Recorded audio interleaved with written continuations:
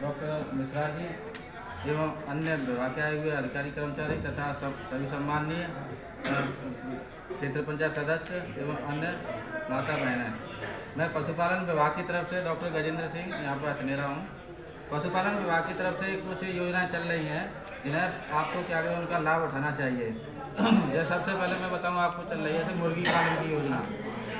इस टाइम जो मुर्गी पालन की योजना चल रही है वो उत्तर प्रदेश कुक्कुट विकास नीति के अंतर्गत 10,000 पक्षी की क्षमता की लेयर फार्म या 30,000 पक्षी क्षमता की लेयर फार्म तथा 10,000 पक्षी की ब्रॉयलर यूनिट मदर यूनिट उसकी योजना चल रही है।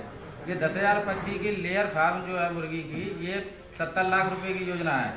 इसमें आपको 30% आपका पैसा है और 70% आपको बैंक से लोन लेना है।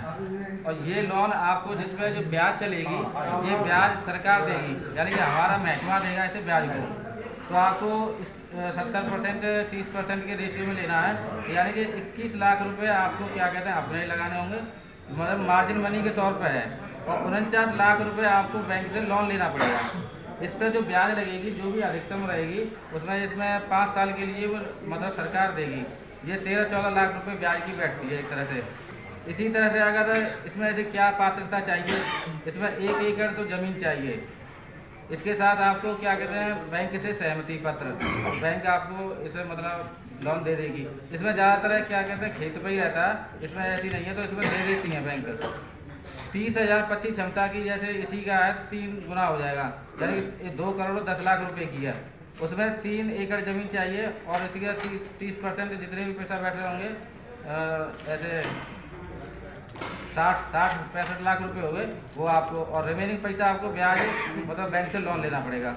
इसके अलावा आप जैसे लो इनपुट आपने क्या कहते हैं गांव में या घर में करना चाहते हैं तो 1,000 पक्षी क्षमता की भी एक मतलब आई है लेयर फार्म हैचरी जिसमें बच्चे या ब्रूडर यूनिट आप जिसमें बच्चे बना के दूसरों को सप्लाई करें। ये 50 लाख से 1 करोड़ तक की है। इसमें 50% आपको छूट मिलेगी, इसमें 50% सब्सिडी है। जैसे भेड़ बकरी सुअर की यूनिट है इसी तरह से ये है। इसी तरह से एक और है साइलेज मेकिंग यूनिट, पशुओं के लिए ये अभी लेटेस्ट आई है। पशुओं के लिए हरे चारे की जैसे समस्या हो जाती है, किसान अपने जैसे फसल को कुछ आलू है या और हरी सब्जी है उन्हें कोल्ड स्टोरेज में रख देता है। इसी तरह से साइलेज मेकिंग में आप हरे चारे को उसे जब फूल आता है उससे पहले काट के और एक पिट बनाया जाता है गड्ढा, उसमें उसके क्या कहते ढक दिया जाता है उसमें काट के, और उसमें फर्मेंटेशन होता है तो वो कवर्ड होता है, उसमें एयर न जा पाए, एयर टाइट करके। तो ये जैसे ड्राई पीरियड में आप पशुओं को आप मतलब खिला सकते हैं। तो जैसे ये इसमें फ़ायदा इसका ये रहता है कि आप ज़्यादा से ज़्यादा हरी फसल उसमें काट के उसमें रख सकते हैं और क्या कहते हैं ज़्यादा पशुओं को खिला सकते हैं। जैसे और भूसा और जैसे हे बनाते हैं उससे ये बेटर पड़ता है, क्योंकि इसमें ये हरी बनी रहती है और न्यूट्रिटिव वैल्यू बनी रहती है इसकी चारे की। भूसा में न्यूट्रिटिव वैल्यू नहीं है, वो तो सूखा है, उसे पशु मतलब तुम आप दाना डालेंगे जब ही खाएंगे उसके साथ, लेकिन हरा चारा वो ऐसा बना रहता है। तो ये 50 लाख से 1 करोड़ तक की यूनिट है। इसमें 50% सब्सिडी है। इसमें आपको 5,000 स्क्वायर फीट जगह चाहिए, इसमें और ज़्यादा नहीं चाहिए। 5,000 स्क्वायर फीट जगह चाहिए आपको गड्ढा खोदने के लिए। इसमें आपके पास ज़मीन होनी चाहिए या आप रजिस्टर्ड लीज ले सकते हैं, किसी दूसरे के नाम पर भी है तो उसे अपने नाम पर रजिस्टर्ड लीज करा के, केवल नोटरी से नहीं। इसके अलावा कुछ योजनाएं जैसे भेड़ बकरी पालन की हमें क्या कहते हैं विकसित भारत यात्रा में भी गांव बताई थी। ये भी जैसे भेड़ पालन है बकरी पालन है, ये सब 20 लाख से और 1 करोड़ तक हैं। 20 लाख की जो यूनिट है सबसे छोटी, उसमें 105 भेड़ या बकरी आपको रखनी पड़ेंगी। 100 क्या कहते हैं भेड़ या बकरी और 5 मेढ़ा या बकरे। इसमें 50% आपको छूट मिलेगी। इसमें आपको 1 एकड़ ज़मीन चाहिए और 1800 वर्ग फुट जगह चाहिए शेड बनाने के लिए, और 1800 चाहिए उसके साइड में ओपन स्पेस। तो इस तरह से ये भेड़ बकरी की यूनिट बढ़ती जाएंगी। 100 + 5 200 + 10 300 + 15, इस तरह से ये 1 करोड़ तक हैं। साइलेज मेकिंग कुछ जैसे और भी है, जैसे पशुधन बीमा योजना, राष्ट्रीय पशुधन बीमा योजना चल रही है। इसमें आप अपने पशुओं का ज़्यादा से ज़्यादा बीमा कराइए। इसमें रिस्क मैनेजमेंट है, जैसे कभी आपका पशु मर जाता है, बीमार हो गया, आपने इलाज कराया लेकिन मर गया और आपको उसमें कुछ नहीं मिलता है। अगर आप बीमा कराएंगे तो उसमें आपको इसका 80% मिल जाएगा। तो आप इसमें किसी भी तरह के पशु का बीमा करा सकते हैं। इसमें पशु की कीमत डिसाइड है और उसका 1 साल का, 2 साल का, कितने साल का प्रीमियम है, तो उस हिसाब से आप उसका प्रीमियम दे सकते हैं। इसमें जैसे मान लीजिए मैक्सिमम कीमत भैंस की 70,000 रुपये रखी है, तो इसमें 1 साल का इसमें पौने 500 रुपये क्या कहते हैं प्रीमियम जाएगा सरकारी, और जो लड़का क्या कहते हैं छल्ला लगाएगा उसके छल्ला लगेगा और उसमें फ़ोटो खींचेगा, 50 रुपये उसके हैं। तो इस तरह से आप पशुओं की कीमत के आधार पर अलग अलग कम कीमत है तो कम प्रीमियम है उसी। अगर यही लाभार्थी SC या ST का है तो ये समझ के चलिएगा आपको उसमें आधा पैसा देना पड़ेगा प्रीमियम। राष्ट्रीय KCB की योजना है किसान क्रेडिट कार्ड, जैसे आपको खेत पे मिलता है इसी तरह से आपको पशुओं पर भी मिलता है। इसमें पहले मछली पालन करना चाहते हो, खारे पानी के लिए विशेष करके झींगा मछली है, तो उसके लिए वो आने वाले हैं, तो आप उससे संपर्क कर लें या हम आपको मैसेज भी करा सकते हैं। लेकिन आपको एक बार मन बना लेना होगा कि आप कितने क्षेत्र में अपना जो है मछली का पालन आप करना चाहते हैं। इस समय बड़ा ही अच्छा एक प्रोजेक्ट चल रहा है और इसमें अच्छा लाभ है, बहुत अच्छा लाभ है। तो कल भी बात हुई थी मेरी एडी से, और वो एक दिन आने के लिए भी कह रहे थे, तो आएंगे तो हमारे जो प्रधानगण है हम उन्हें सूचित कर देंगे, और जो और भी हमारे व्हाट्सएप ग्रुप चले उन पर हम अपनी जानकारी दे देंगे ताकि आप लोगों को उसका लाभ मिल सके। कुछ लोग 3 या 4 साल पहले यहाँ पे छोटे छोटे तालाब बनवाए, उन्हें प्रलोभन दिया कि आप अपना ये तालाब बनवाएगा, हम आपको क्या नाम से पैसा देंगे, पहले वर्ष इतना देंगे, दूसरे इतना देंगे, तीसरा इतना देंगे, चौथे साल इतना देंगे। लेकिन बाद में पता चला कि उनसे कुछ पैसा लेके वो चले गए। तो वो हो सकता है कोई प्राइवेट कंपनी रही हो, क्या रहा वो तो नहीं पता, लेकिन वो लोग चले गए। लेकिन वर्तमान में इस समय ये एक अच्छी हमारे क्षेत्र के लिए, जिधर पानी अच्छा है हसेला साइड में और इधर गढ़ीवा साइड में, तो उधर जो है ये हो सकता है। तो ये वाला है। इसी के साथ साथ जो है मैं हमारे बीच में हमारे डॉक्टर साहब हैं स्वास्थ्य वाले। पंचायत की विशेष बैठक में हमारी ब्लॉक प्रमुख महोदय योगी महाराज सिंह जी, BDO साहब, मेरे प्रधान साथियों, क्षेत्र पंचायत सदस्यों एवं ग्राम पंचायत के जो भी अन्य सदस्य उपस्थित हों, इस 2024 की ये पहली बैठक है और योजनाओं के विषय में जानकारी हम लोग विकसित भारत संकल्प यात्रा चलती थी तो गांव-गांव में जाकर के देते थे। हमारे स्वास्थ्य विभाग की बहुत सारी योजनाएं हैं, लेकिन जो सबसे ज़्यादा महत्वपूर्ण योजना जनता के बीच में प्रचलित है वो आयुष्मान भारत है, जिसकी सबको जानकारी है और जिसके पास कार्ड नहीं है वो जानकारी करना भी चाह रहे हैं और बनवाना भी चाह रहे हैं। लेकिन इसमें ये है कि इसमें कोई व्यक्ति अपने से नहीं बना सकता।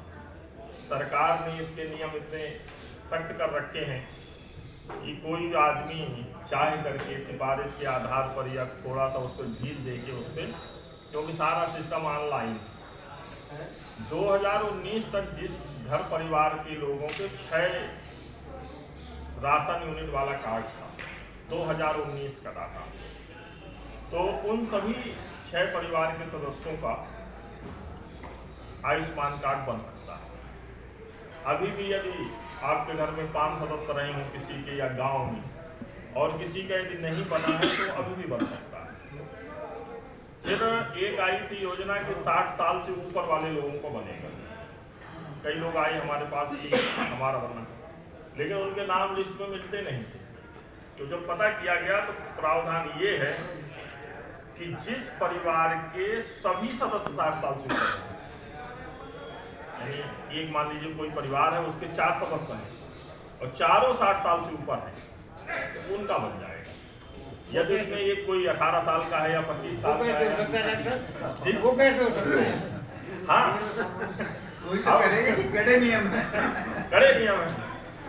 अब वो 60 साल से ऊपर नहीं है और जरूरत है तो नहीं बन सकता है। तो पहले इसमें सरकार ने अंत्योदय वालों लोगों परिवार को लिया, फिर आपके इन लोगों को लिया, फिर कर दिया कि जिनके यहाँ 6 यूनिट से ज़्यादा का राशन कार्ड है, और कई लोगों के पास 6 सदस्य यूनिट में भी होता था, दिखाते थे उसका नाम शो नहीं होता था।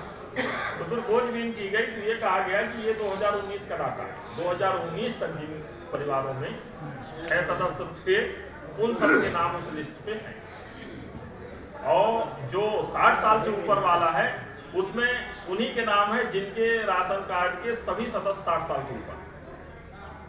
तो यदि कोई ऐसे परिवार हो जैसे 3 सदस्य हैं, 2 सदस्य हैं, या एक ही सदस्य है उसके पास राशन कार्ड है, और लोग आगे पूछते थे साहब मेरे तो 6 नहीं है तो मैं कहाँ से लाऊं, मैं अकेले ही हूँ, मेरा क्यों नहीं बनेगा, तो उनके बन सकते। लेकिन धीरे धीरे जैसे 6 सदस्य किया है, फिर 60 साल से ऊपर किया है, कोई ना कोई इसमें भी अब आने, क्योंकि हमने 80% अपने टारगेट को पूरा कर लिया। जितना हमको बनाना था उतने का 80% जो है पूरे जिले का बन चुका है, और आगरा का पूरे प्रदेश में सबसे ज़्यादा कार्ड बना, नंबर 1 स्थान पे है आयुष्मान कार्ड बनाने में।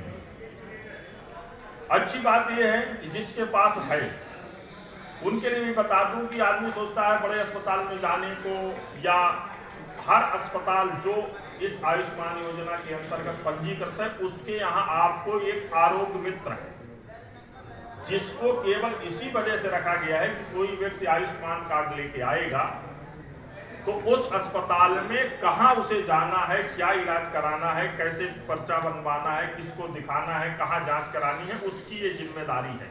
वो आपके कार्ड को वेरीफाई कराएगा और उससे अप्रूवल लेगा कि हाँ इनका कार्ड सही है और ये इस योजना के पात्र है, और फिर वो आपके इलाज में मदद कराएगा। कई बार लोग जाते हैं काउंटर में दिखाए, यहाँ चले जाओ वहाँ चले जाओ, फिर लौट के चले आते हैं। तो आपको सबसे पहले पूछना है जिसके पास कार्ड है कि इस जो है यहाँ आरोग्य मित्र कौन है, और उसे मिलना, वो सारी चीजें, उससे सारी योजना की जानकारी, सारी चीजें हैं। और बहुत अच्छा लोगों को इलाज भी मिल रहा है।